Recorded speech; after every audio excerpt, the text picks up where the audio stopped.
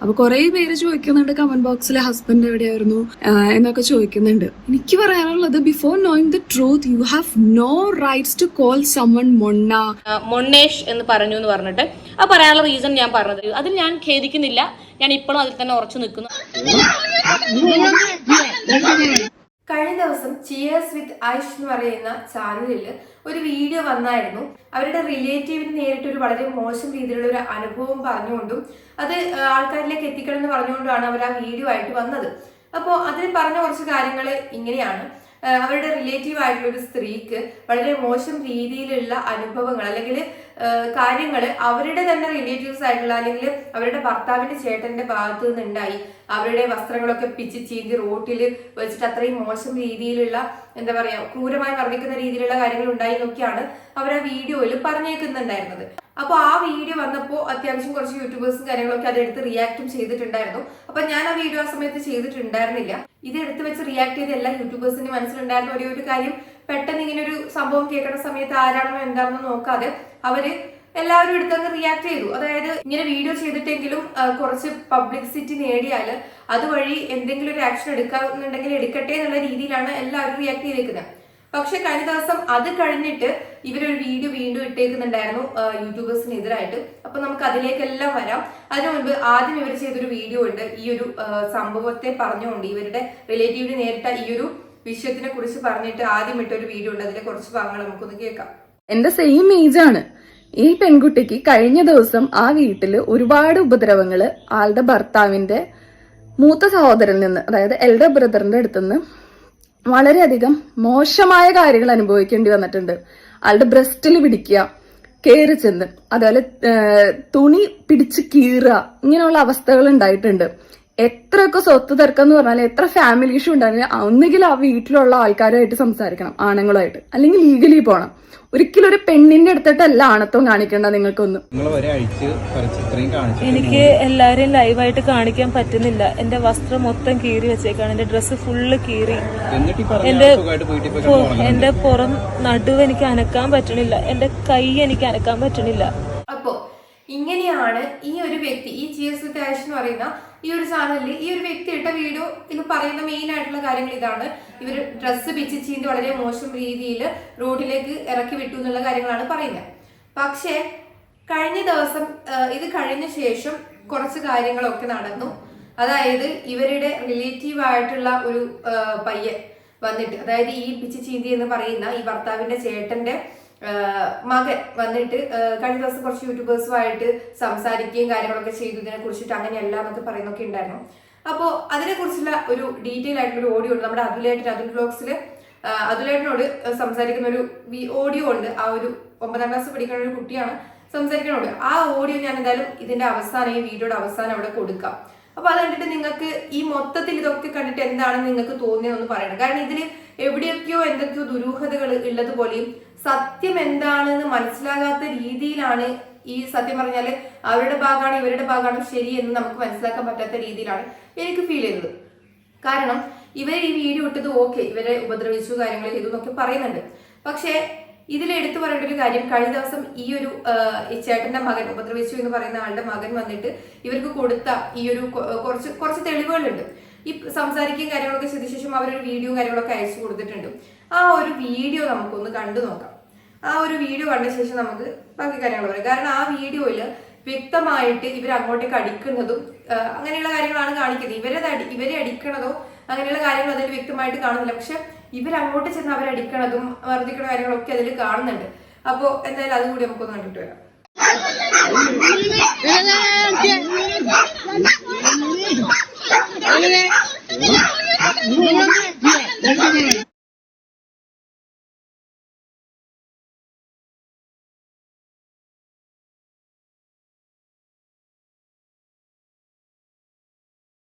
അപ്പോ ഈ വീഡിയോയിൽ നമുക്ക് വ്യക്തമായിട്ട് മനസ്സിലാക്കുന്നത് അങ്ങോട്ടേക്ക് പോയിട്ടാണ് ഈ വ്യക്തി അവരെ അറ്റാക്ക് ചെയ്യുന്നത്.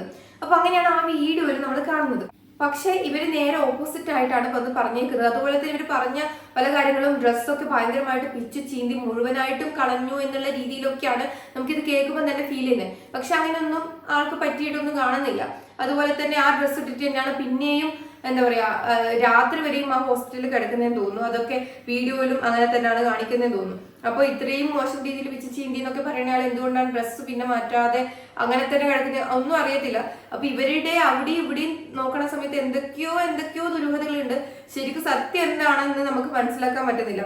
അപ്പോ ഇത് കഴിഞ്ഞ ശേഷം ഈ ഒരു ആദ്യത്തെ ദിവസത്തെ വീഡിയോയ്ക്ക് ശേഷം ഒരുപാട് യൂട്യൂബേഴ്സും കാര്യങ്ങളും ഒക്കെ എടുത്തിട്ട് ഇത് റിയാക്ട് ചെയ്ത ശേഷം കുറച്ച് യൂട്യൂബേഴ്സിനെ അപ്രീഷിയേറ്റ് ചെയ്തിട്ട് താങ്ക് യു എന്നൊക്കെ പറഞ്ഞിട്ട് അടിയിൽ പോയിട്ട് ഈ ചിയേഴ്സ് വിത്ത് ആഷ് കമന്റ് ഇട്ടിട്ടുണ്ടായിരുന്നു. നമ്മുടെ അസ്ലയുടെ ഒക്കെ വീഡിയോക്ക് താഴെ താങ്ക് യു എന്നൊക്കെ പറഞ്ഞിട്ടു. പക്ഷെ അതേ ആള് തന്നെ കുറച്ച് യൂട്യൂബേഴ്സിനെ നമ്മുടെ ഹെലൻ ചെയ്തൊരു വീഡിയോ ഒക്കെ എടുത്തു പറഞ്ഞുകൊണ്ട് അതിൽ ഭർത്താവിനെ വളരെ മോശമായിട്ട് പറഞ്ഞു എന്നും പറഞ്ഞിട്ട് രംഗത്ത് വന്നിട്ടുണ്ടായിരുന്നു.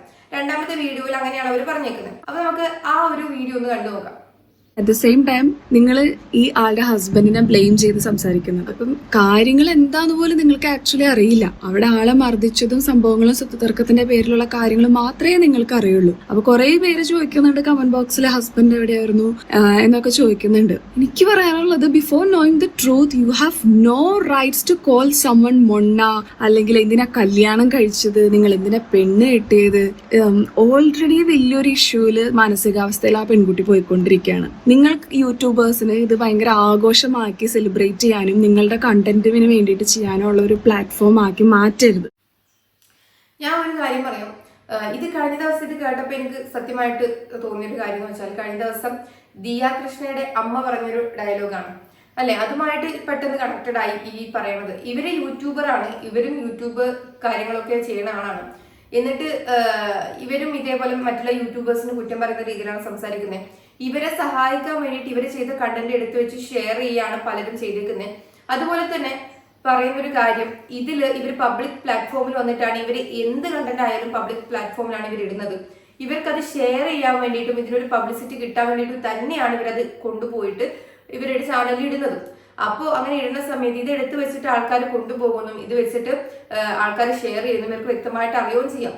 പിന്നെ എന്തിന്റെ അടിസ്ഥാനത്തിലാണ് ഇങ്ങനെ അങ്ങനെ യൂട്യൂബേഴ്സിനെ കുറ്റം പറഞ്ഞുകൊണ്ട് വരുന്നതെന്ന് എനിക്ക് അറിഞ്ഞൂടാ. പക്ഷെ ഇതിൽ ഹെലനോസ് പാട്ടിനെ എടുത്തു പറഞ്ഞിട്ടുണ്ട് ഭർത്താവിനെ മൊണ്ണാന്ന് വിളിച്ചുന്നോ അങ്ങനെയൊക്കെയാണ് പറയുന്നത്. പക്ഷെ ഹെലനോസ് പാട്ടിയുടെ വീഡിയോ പിന്നീട് വന്നിട്ടുണ്ടായിരുന്നു, ഇതിനൊരു റിപ്ലൈ ആയിട്ട്. നമുക്ക് അതുകൂടി ഒന്ന് കാണാം. പിന്നെ മൊണ്ണേഷ് എന്ന് പറഞ്ഞു എന്ന് പറഞ്ഞിട്ട് ആ പറയാനുള്ള റീസൺ ഞാൻ പറഞ്ഞു തരാം. കാരണം അവർ പറഞ്ഞിട്ടുണ്ടായിരുന്നു രണ്ടാമത്തെ പ്രാവശ്യവും മൂന്നാമത്തെ പ്രാവശ്യവും എങ്ങനെയാണ് ഇവരെയും ഇവരെ ഹസ്ബൻഡിനെയും ഒക്കെ വന്ന് ഉപദ്രവിക്കുന്നത് എന്നൊക്കെ ഉള്ളത്. അപ്പൊ സ്വാഭാവികമായിട്ടും നമ്മുടെ ഇപ്പം ഞാൻ കല്യാണം കഴിഞ്ഞിരിക്കെ എന്നെ ഒരാൾ വന്നിട്ട്, അല്ലെങ്കിൽ എൻ്റെ ഭർത്താവിന്റെ ജ്യേഷ്ഠൻ വന്ന് എന്നെ അടിക്കണമെന്നുണ്ട് എന്നുണ്ടെങ്കിൽ അത് ഒന്നെങ്കിൽ ഞാൻ ഭയങ്കര ബോൾഡായിരിക്കണം. ഭയങ്കര ബോൾഡ് അല്ലാത്ത ഒരു സാഹചര്യത്തിൽ എന്നെ വന്നിട്ട് ഒരാൾ എന്നെ ഉപദ്രവിക്കണം എന്നുണ്ടെങ്കിൽ, ഇത്രയും ആൾക്കാർ നോക്കി നിൽക്കെ പോലും എന്നെ അങ്ങനെ പട്ടിയെ മർദ്ദിക്കുന്ന പോലെ മർദ്ദിക്കണം എന്നുണ്ടെങ്കിൽ അത് എന്നെ കല്യാണം കഴിച്ച ആളുടെ അല്ലെങ്കിൽ ഹസ്ബൻഡിന്റെ കഴിവുകേടാണെന്ന് ഞാൻ പറയൂ. അതിൽ ഞാൻ ഖേദിക്കുന്നില്ല. ഞാൻ ഇപ്പോഴും അതിൽ തന്നെ ഉറച്ചു നിൽക്കുന്നു. അങ്ങനെ പറയാതിരിക്കണമായിരുന്നെങ്കിൽ ഈ പറയുന്ന ഐശ്വര്യ എന്ന് പറയുന്ന വ്യക്തി എവിടെയും തൊടാണ്ടുള്ള ആ വീഡിയോ ഇടുന്നതിന് പകരം വളരെ കൃത്യമായിട്ടുള്ള വീഡിയോ ഇടണമായിരുന്നു. കറക്റ്റാണ് ഹെലൻ പറഞ്ഞത്. കാരണം ഇവർ ആദ്യം തന്നെ ഒരു വീഡിയോ ഇട്ടതിൽ എവിടെയും ഭർത്താവിനെ കുറിച്ച് പറയുന്നില്ല. ഭർത്താവിനെ കുറിച്ച് പറയാതെ ഭർത്താവിന്റെ ഏട്ടൻ മർദ്ദിച്ചു എന്ന് പറയുന്ന സമയത്ത് ഇവരുടെ ഭർത്താവ് എവിടെ, അപ്പൊ ഈ സമയത്ത് ഈ ഭർത്താവ് എവിടെയായിരുന്നു, ഇവർക്ക് ഭർത്താവില്ലേ, ഇങ്ങനെയുള്ള ക്വസ്റ്റ്യൻസ് വരും, സ്വാഭാവികമായിട്ട് വരും. അപ്പോൾ ഇത് കഴിഞ്ഞ് രണ്ടാമത്തെ വീഡിയോ ഇട്ട സമയത്തും അതിൽ വ്യക്തമായിട്ട് ഭർത്താവിനെ കുറിച്ച് പറഞ്ഞിട്ടുണ്ടെന്ന് എനിക്ക് തോന്നുന്നില്ല. അതായത് അവിടെ ഇവിടെയും തൊടാതെ, അതായത് ഇത് നിങ്ങൾക്ക് അറിയാത്ത കാര്യങ്ങൾ നിങ്ങൾ പറയരുത് അങ്ങനെ ഇങ്ങനെയെന്ന് പറഞ്ഞു വെക്കുന്നതല്ലാതെ ഭർത്താവ് എന്ത് ചെയ്യുന്നു അല്ലെങ്കിൽ എന്തുകൊണ്ട് ഭർത്താവ് ഇതിൽ ഇടപെട്ടില്ലെന്നോ എന്താണ് കാര്യങ്ങളെന്ന് നിങ്ങൾ പറഞ്ഞാലല്ലേ നമുക്കറിയാൻ പറ്റത്തുള്ളൂ. അല്ലെങ്കിൽ യൂട്യൂബേഴ്സിനാണെങ്കിലും ആർക്കാണെങ്കിലും ഇത് കാണുന്ന ആർക്കാണെങ്കിലും നിങ്ങൾ പറഞ്ഞാൽ മാത്രമേ അവിടെ എന്താണ് സംഭവിച്ചതെന്ന് അറിയാൻ പറ്റൂ. അപ്പൊ നിങ്ങൾ അവിടെയും ഇവിടെയും തൊടാതെ ഒരു വീഡിയോ ഇട്ട് അതിനെ ആൾക്കാരെടുത്ത് കൊണ്ടുപോയി റിയാക്ട് ചെയ്ത ശേഷം അവരെ കുറ്റം പറയുന്നതിൽ ഒരർത്ഥം ഉണ്ടെന്ന് തോന്നുന്നില്ല. അത് നിങ്ങളുടെ ഭാഗത്തുള്ള മിസ്റ്റേക്ക് അല്ലേ. സത്യം പറഞ്ഞാൽ നിങ്ങൾ വീഡിയോ ഇടുന്ന സമയത്ത് നിങ്ങളാണ് അതിനെ കുറിച്ച് വ്യക്തമായിട്ട് പറയേണ്ടത്. അപ്പോ ഈ ഭർത്താവ് എവിടെയാണ്, ഒരു സ്ത്രീ ഇപ്പൊ നിങ്ങളുടെ റിലേറ്റീവ് പോട്ടെ, ഏതൊരു സ്ത്രീ ആണെങ്കിലും കല്യാണം കഴിച്ച് അവരുടെ വീട്ടിൽ പോയി അവരുടെ ഭാഗത്ത് നിന്ന്, അവരുടെ ഭർത്താവിന്റെ കുടുംബത്തിന്റെ ഭാഗത്തു നിന്നൊരു മോശം അനുഭവം ഉണ്ടാകുന്ന സമയത്ത് ഇവരുടെ ഭർത്താവിനെ കുറിച്ച് എല്ലാവരും അന്വേഷിക്കും. അത് സ്വാഭാവികമായിട്ടുള്ള കാര്യമാണ്. ഇവരുടെ ഭർത്താവിന് ഒരു ഉത്തരവാദിത്വമുണ്ട്. ഒരു പെണ്ണിനെ കല്യാണം കഴിച്ച് വീട്ടിലേക്ക് കൊണ്ടുപോയി അവിടെ സുരക്ഷിതമായിട്ട് അവരെ നോക്കേണ്ട ഒരു ഉത്തരവാദിത്വം കൂടി ആർക്കുണ്ട്, ഭർത്താവിനുണ്ടല്ലോ. അപ്പൊ അവരെവിടെ, ഇതിലെവിടെയും ഭർത്താവിന്റെ കാര്യം പറയുന്നില്ല. അപ്പൊ സ്വാഭാവികമായിട്ടും എല്ലാവരും ചോദിക്കുമല്ലോ, കല്യാണം കഴിച്ചു ഭർത്താവിന്റെ ഏട്ടനാണ് മർദ്ദിക്കുന്നത്, എന്തായാലും ചോദിക്കും. അതിന് നമുക്ക് ആരെയും കുറ്റം പറയാൻ പറ്റുമോ? പറ്റത്തില്ല.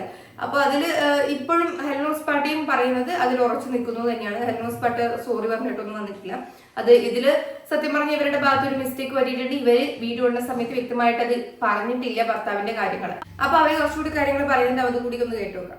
ആക്ച്വൽ ട്രൂത്ത് എന്താണെന്ന് അറിയില്ല. ഈ സംഭവം നടക്കുന്ന സമയത്ത് പ്രതികരിക്കാൻ ആർക്കും എല്ലാവർക്കും ചെയ്യാം. ഇപ്പൊ അയാൾ ചെയ്ത പോലെ നമുക്കും ചെയ്യാം. മാക്സിമം അന്നത്തെ ദിവസം ആ കുട്ടിക്ക് പറ്റിയ സമയത്ത് തന്നെ ആളുടെ അപ്പനും സഹോദരനും നല്ല രീതിയിൽ കൊടുത്തിട്ടുമുണ്ട്. അതിന്റെയൊക്കെ വീഡിയോ നമ്മുടെ കയ്യിലുണ്ട്. പക്ഷെ നമ്മൾ ആരും പ്രതികരിക്കാതിരുന്നില്ല. നമുക്ക് ചെയ്യുന്നതിനും ഒരു ലിമിറ്റേഷൻസ് ഉണ്ട്. ഈ ഒരു വീഡിയോയില്, ഈ രണ്ടാമതിട്ട വീഡിയോയിൽ ഇവര് വ്യക്തമായിട്ട് എടുത്തു പറയുന്ന ഒരു കാര്യമാണ്, നേരത്തെ പറയാത്തൊരു കാര്യമാണ്. അച്ഛനും ചേട്ടനും ഒക്കെ പോയിട്ട്, ഇവരുടെ സഹോദരനൊക്കെ പോയിട്ട് അവരെ വേണ്ട പോലെ അവർക്ക് കൈകാര്യം ചെയ്തിട്ടുണ്ടായിരുന്നൊക്കെ പറയുന്നുണ്ട്. അപ്പോ ഈ കാര്യങ്ങളൊക്കെ എന്തുകൊണ്ട് ആദ്യത്തെ വീഡിയോയിൽ വ്യക്തമായിട്ട് പറഞ്ഞില്ല? അപ്പൊ എനിക്ക് തോന്നുന്നത് വേറൊരു കാര്യം എന്ന് വെച്ചാൽ ഇവര് രണ്ടുപേരും പറയണതും, ഈ മർദ്ദനമേറ്റു എന്ന് പറയുന്ന ആ ഒരു സ്ത്രീ പറയണതും ഈ ആയിഷു പറയുന്നതും, ഇവർ രണ്ടാളും പറയണതിലും ചെറിയ ചെറിയ മിസ്റ്റേക്സും കാര്യങ്ങളും അങ്ങോട്ടും ഇങ്ങോട്ടും ഒരു പൊരുത്തക്കേടും കാര്യങ്ങളൊക്കെ ഉണ്ട്. അപ്പൊ എന്താണ് നടന്നത്, എങ്ങനെയാണെന്ന് ഈ കേൾക്കണം നമുക്ക് തന്നെ മനസ്സിലാക്കാൻ പറ്റുന്നത്. കാരണം അവർക്ക് തന്നെ ഒരു ക്ലാരിറ്റി ഇല്ല അതിൽ. പിന്നെ എങ്ങനെയാണ് നമുക്ക് കേൾക്കണം, നമ്മൾ എന്ത് പറയാനാണ് ഇതിൽ. അതുപോലെ തന്നെ നമ്മുടെ അതുൽ വ്ലോഗ്സിൽ അതുലായിട്ടിനെ കഴിഞ്ഞ ദിവസമാണ് ഈ ഒരു മർദ്ദിച്ചു എന്ന് പറയുന്ന ആ ഒരു വ്യക്തിയുടെ ഭർത്താവിന്റെ ചേട്ടന്റെ മകനായിട്ടുള്ള 9 വയസ്സുള്ള കുട്ടി സംസാരിക്കുകയും കാര്യങ്ങളൊക്കെ ചെയ്തു അതിനെ കുറിച്ച് പറഞ്ഞതും. അവരതിൽ പറയുന്ന ഒരു കാര്യം എന്ന് വെച്ചാൽ ഇതിൽ ഇവരുടെ ഭാഗത്തല്ല തെറ്റി, അവരാണ് എല്ലാം ചെയ്തേക്കുന്നതെന്നൊക്കെയാണ്. അപ്പോൾ എന്തായാലും രണ്ട് ഭാഗവും നമുക്ക് വിശ്വസിക്കാനൊന്നും പറ്റത്തില്ല. രണ്ടുപേരെയും നമുക്ക് അറിയത്തില്ല, നമുക്ക് പേഴ്സണലി അറിയുന്ന ആൾക്കാരല്ല. അതുപോലെ തന്നെ രണ്ടു ഭാഗത്തും എവിടെയൊക്കെയോ എന്തൊക്കെയോ തകരാറുള്ളതുപോലെ ഫീൽ ചെയ്യുന്നുണ്ട്.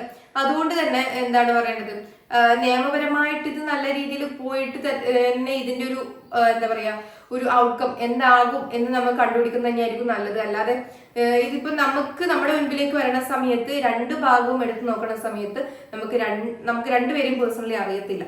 ഈ സോഷ്യൽ മീഡിയയിൽ കൊണ്ടിട്ടിട്ടാവും അത് അവസാനം യൂട്യൂബേഴ്സ്, നിങ്ങൾ ഇട്ട സംഭവം മാത്രമാണ് യൂട്യൂബേഴ്സ് എടുത്ത് റിയാക്ട് ചെയ്യുന്നത്, അല്ലാതെ എക്സ്ട്രാ ആയിട്ട് കൂട്ടിയിട്ടൊന്നും പറയുന്നില്ല. സ്വാഭാവികമായിട്ടും എല്ലാവർക്കും ഉണ്ടാകുന്ന ക്വസ്റ്റ്യൻസും കാര്യങ്ങളും തന്നെയാണ് ഹെലൻ ആയാലും ചോദിച്ചതായിട്ട് എനിക്ക് ഫീൽ ചെയ്തേക്കുന്നത്. അപ്പൊ എന്തായാലും അതിനെ കുറ്റം പറഞ്ഞിട്ട് കാര്യമില്ല. അപ്പൊ എന്തായാലും ഞാൻ ആ ഒരു കുട്ടി അതുലായിട്ടുമായിട്ട് സംസാരിക്കുന്ന വോയിസ് കൂടി ഞാൻ ഇവിടെ കൊടുക്കാം. അതുകൂടി കേട്ടിട്ട് എന്തായാലും നിങ്ങളുടെ അഭിപ്രായങ്ങൾ കൂടി നിങ്ങൾ എന്തായാലും താഴെ കമന്റ് ചെയ്യുക. ഈ ഒരു വിഷയത്തിൽ വ്യക്തമായിട്ട് നമുക്കൊന്നും പറയാൻ പറ്റത്തില്ല. രണ്ടാളുടെ ഭാഗത്തും മിസ്റ്റേക്സും കാര്യങ്ങളും ഉണ്ടോ ഇല്ലയോ എന്ന് ചോദിച്ചാൽ അതും നമുക്ക് പറയാൻ പറ്റത്തില്ല. എവിടേക്കോ എന്തൊക്കെയോ ആയിട്ട് ഇങ്ങനെ കിടക്കുന്ന ഒരു വിഷയമായിട്ടാണ് തോന്നുന്നത്. ആദ്യ ദിവസം കേട്ടപ്പോൾ തന്നെ നമ്മളെല്ലാവരും കുറച്ച് യൂട്യൂബേഴ്സ് ഒക്കെ എടുത്ത് ചാടി വീഡിയോസും കാര്യങ്ങളൊക്കെ ചെയ്തു. പക്ഷെ രണ്ടാമത്തെ ദിവസം അതേ യൂട്യൂബേഴ്സിനെ തന്നെ തള്ളി പറഞ്ഞുകൊണ്ടാണ് ആള് എത്തിയേക്കുന്നത്. അപ്പൊ എന്തായാലും ഇത് തന്നെയാണ് പല വിഷയങ്ങളിലും നടക്കുന്നത്. നമ്മൾ സപ്പോർട്ട് ചെയ്യാൻ വേണ്ടിയിട്ട് പലരും വീഡിയോ ഇടും, അത് കഴിഞ്ഞിട്ടാകുമ്പോൾ അതേ ആൾക്കാരെ തള്ളി പറഞ്ഞുകൊണ്ടിട്ട് എന്ത് ചെയ്യും, ഇതേ ആൾക്കാർ വരും. അപ്പൊ ഇങ്ങനെയുള്ള വിഷയങ്ങൾ വരണ സമയത്ത് നമ്മൾ കുറച്ച് വെയിറ്റ് ചെയ്ത് ഇവര് എന്താണ് ഇതിനെ കുറിച്ചുള്ള കൂടുതൽ കാര്യങ്ങൾ പറഞ്ഞു കഴിഞ്ഞ് റിയാക്ട് ചെയ്യുന്നതായിരിക്കും ബെറ്റർ എന്ന് തോന്നുന്നു. കാരണം ഇത് കഴിഞ്ഞ ദിവസം ഞാൻ ഇട്ടൊരു വീഡിയോ ആണ്. ഞാനത് അതൊന്നും റിയാക്ട് ചെയ്തിട്ടോ കാര്യങ്ങളോ സംസാരിച്ചിട്ടേ ഉണ്ടായിരുന്നില്ല. പക്ഷെ ഇപ്പൊ ഇവര് യൂട്യൂബേഴ്സിന്റെ കാര്യങ്ങളും പറയുന്നു, അതുപോലെ തന്നെ ഇവർക്കെതിരെ ഒരു കുട്ടി വരുന്നു, അങ്ങനെയുള്ള കാര്യങ്ങളൊക്കെ വന്ന സമയത്ത് രണ്ട് ഭാഗവും എടുത്ത് നോക്കുന്ന സമയത്ത് രണ്ട് ഭാഗത്തും ചിലപ്പോൾ മിസ്റ്റേക്സ് ഉണ്ടാകാം. അപ്പോൾ നമുക്കൊന്നും പറയാൻ പറ്റത്തില്ല. നിങ്ങളുടെ അഭിപ്രായങ്ങൾ എന്തായാലും ഞാൻ ആ ഓഡിയോ ഇവിടെ വെക്കാം, അത് കേട്ടിട്ട് നിങ്ങളുടെ അഭിപ്രായങ്ങൾ താഴെ കമന്റ് ചെയ്യാം. അതുപോലെ നമ്മുടെ ചാനൽ ആദ്യമായിട്ട് കാണുന്നവരാണെങ്കിൽ സബ്സ്ക്രൈബ് ചെയ്യാനും മറക്കണ്ട. ഇത് ഇപ്പൊ ഇവരുടെ ഹസ്ബൻഡിന്റെ ചേട്ടനല്ലേ നിന്റെ അച്ഛൻ? അതെ, അത് തന്നെ. അപ്പൊ നിങ്ങളുടെ സത്യത്തിൽ എന്താണ് ആ ഒരു പ്രശ്നം ഇങ്ങനെ ഉണ്ടാവാനുള്ള റീസൺ? അവര് അമ്മേനെ പറ്റി നോക്കല്ല, അത് വേറൊരു കാര്യം. പിന്നെ ആര് നോക്കുന്നില്ല? അവര് സ്ത്രീയുടെ ഭർത്താവും ലിറ്റി എന്ന് പറയുന്ന എന്റെ അപ്പന്റെ അമ്മേനെയും അപ്പനെയും നോക്കുന്നില്ല. അവര് വാടകയ്ക്ക് പോയി, നോക്കാൻ പറ്റില്ല എന്നൊക്കെ പറഞ്ഞു. പിന്നെ വേറെ കാര്യം, എന്റെ അപ്പൻ്റെ അവര് പൈസ വാങ്ങിച്ചിട്ടുണ്ട്, പക്ഷെ അത് അവര് തിരിച്ചു തരുന്നില്ല. എത്ര രൂപ? 1.25 ലക്ഷം രൂപ ഒക്കെ വാങ്ങിച്ചിട്ടുണ്ട്. പക്ഷെ അത് ഒരു വർഷം പോലീസ് കേസ് ആയിട്ട് അത് 36,000 രൂപ എന്ന് പറഞ്ഞു. എന്നിട്ട് അതിൽ നിന്ന് അപ്പൻ 3000 രൂപ ചോദിച്ചിട്ടുണ്ടായിരുന്നുള്ളൂ അത്യാവശ്യം ആയതുകൊണ്ട്. പക്ഷെ അത് അവർക്ക് തരാൻ പറ്റിയില്ല. അത് ചോദിച്ചതിന് അവര് വീഡിയോ എടുത്ത് പോലീസ് സ്റ്റേഷനിൽ കൊണ്ടുപോകാനായിട്ട് വീഡിയോ എടുക്കും. ചോദിക്കാൻ ചെല്ലുമ്പോ അവര് വീഡിയോ എടുക്കും, വീഡിയോ എടുത്ത് പോലീസ് സ്റ്റേഷനിൽ കൊണ്ടുപോകും. എന്നിട്ട് ഇത് ഇപ്പം റീസൺലി ഇങ്ങനെ ഒരു വഴക്കുണ്ടാവാനുള്ള റീസൺ അവര് ഇന്നലെ വന്നപ്പോ തന്നെ എന്റെ അമ്മച്ചിനെ വേണ്ടി കാപ്പിച്ചു പോയി, അമ്മച്ചിനെ അടിക്കാൻ ചെല്ലുകയും ചെയ്തു അവരുടെ അമ്മ. അത് എന്നിട്ട് എന്റെ അപ്പനെ വിളിച്ചിട്ട് വെല്ലുവിളിക്കായിരുന്നു. വീട്ടിലിരിക്കണ എന്റെ അപ്പനെ വെല്ലുവിളിച്ച് പുറത്തേക്ക് ഇറക്കിയിട്ട് 4 പേര് കൂടി വന്ന്.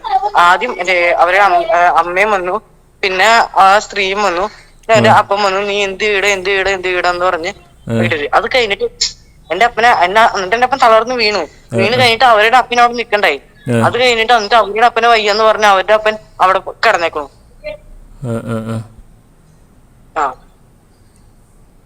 അപ്പൊ ഈ ഐശ്വര്യമായിട്ടുള്ള ബന്ധം എന്താണ് ഇവര് ലിറ്റിയും? ഐശ്വര്യ എന്റെ പപ്പയുടെ ചേച്ചിയുടെ മോളാണ്. അവരുമായിട്ട് എന്താ ബന്ധം എനിക്ക് അത് അവരുടെ എന്റെ പപ്പയുടെ അനിയനുള്ള ഇവരുടെ ഹസ്ബൻഡ്. അപ്പൊ എന്റെ പപ്പയുടെ 3 ചേച്ചിയുടെ മോളാണ് ഈ ഐശ്വര്യാണ് വീഡിയോ ഇട്ടേക്കാണ്. അതിന് ഐശ്വര്യ പറയുന്നത് കള്ളമെന്നാണോ പറയുന്നത്? ഐശ്വര്യ പറയുന്നത് കള്ളമാണ്. അല്ലെങ്കിൽ അവരൊന്നും ചെയ്തിട്ടില്ല, അവരാണ് കൂടി ചെയ്തത്. ഹെൽമെറ്റിന് അടിക്കുകയും ഇതൊക്കെ ചെയ്തത് അവരാണ്. എന്റെ അപ്പനെ ഡ്രസ്സ് ഇത് ഇപ്പം നിങ്ങൾ ബ്രോയുടെ അച്ഛനും ഈ പറയുന്ന ലിറ്റിയുമായിട്ട് പ്രശ്നം നടന്നപ്പോ ഈ ലിറ്റിയുടെ ഹസ്ബൻഡ് ഇതൊന്നും മൈൻഡ് ചെയ്തില്ലേ? ഇല്ല. അങ്ങനെ എന്ത് ചെയ്തോണ്ടെന്ന്? അങ്ങേര് പിടിച്ചു മാറ്റി ചില സമയത്ത് പിടിച്ചു മാറ്റണ്ടായില്ല. ആ വീഡിയോയിൽ അങ്ങനെ ഏതാണ്? അവരെ അത് കഴിഞ്ഞിട്ട് എന്റെ അപ്പനെ മറച്ചിട്ടിട്ട് പിടിച്ചു മാറ്റിയപ്പോഴാണ് അവരുടെ ഡ്രസ്സ് കീറിയത്. അല്ല, അതിലുണ്ട്. ഇതിനു മുന്നേയും ഇതുപോലെ വഴക്ക് നടന്നിട്ടുണ്ടെന്ന് ലിറ്റി പറയുന്നുണ്ടല്ലോ, അതിലെന്താണ് സത്യാവസ്ഥ? അത് ഈ പൈസയുടെ കാര്യത്തിൽ തന്നെ അവർക്ക് കൊടുത്തോളാന്നാണ് ആദ്യം പറയുന്നത് അവര്. എന്നിട്ട് പോലീസ് സ്റ്റേഷനിൽ ചെല്ലുമ്പോ തരാനുണ്ട്, തന്നോളാന്ന് പറയും. ഇതാണ് സംഭവിക്കുന്നത്. ഞങ്ങൾ ചോദിക്കുമ്പോ അവർക്ക് കൊടുത്തിട്ടില്ല, അവർ അറിഞ്ഞിട്ടില്ല എന്നാണ് അവര് പറയുന്നത്. പക്ഷെ പോലീസ് സ്റ്റേഷൻ ചെല്ലുമ്പോ അവര് മാറ്റി പറയും. ഇവരിങ്ങനെ അമ്മച്ചിയുടെ അപ്പച്ചന്റെ അടുത്ത് ഒച്ചെടുക്കുന്ന കാരണം കൊണ്ട് ഇവര് തമ്മിലും വഴക്കുണ്ടാവണ കാരണം കൊണ്ട് ഈ വാടകയ്ക്ക് പോയി വന്നേ. പിന്നെ ഇവര് എനിക്ക് പഠിക്കാൻ പോലും പറ്റണ്ടായില്ല. അവിടെ എന്നും ഒച്ചപ്പാടായിരുന്നു എന്റെ പപ്പയുടെ അമ്മയുടെ അടുത്തും അപ്പന്റെ അടുത്തും. നീ ഇപ്പൊ ഏത് ക്ലാസ്സില്? ഞാൻ 9ലാണ്. 9-ലോ? എന്റെ അനിയത്തിക്ക് അത് കാരണം പനി വരെ വന്നിട്ടുണ്ട്. മര്യാദക്ക് ഉറങ്ങാത്തോണ്ടും ഈ ഒച്ചപ്പാട് കേട്ട് പേടിച്ചിട്ടും.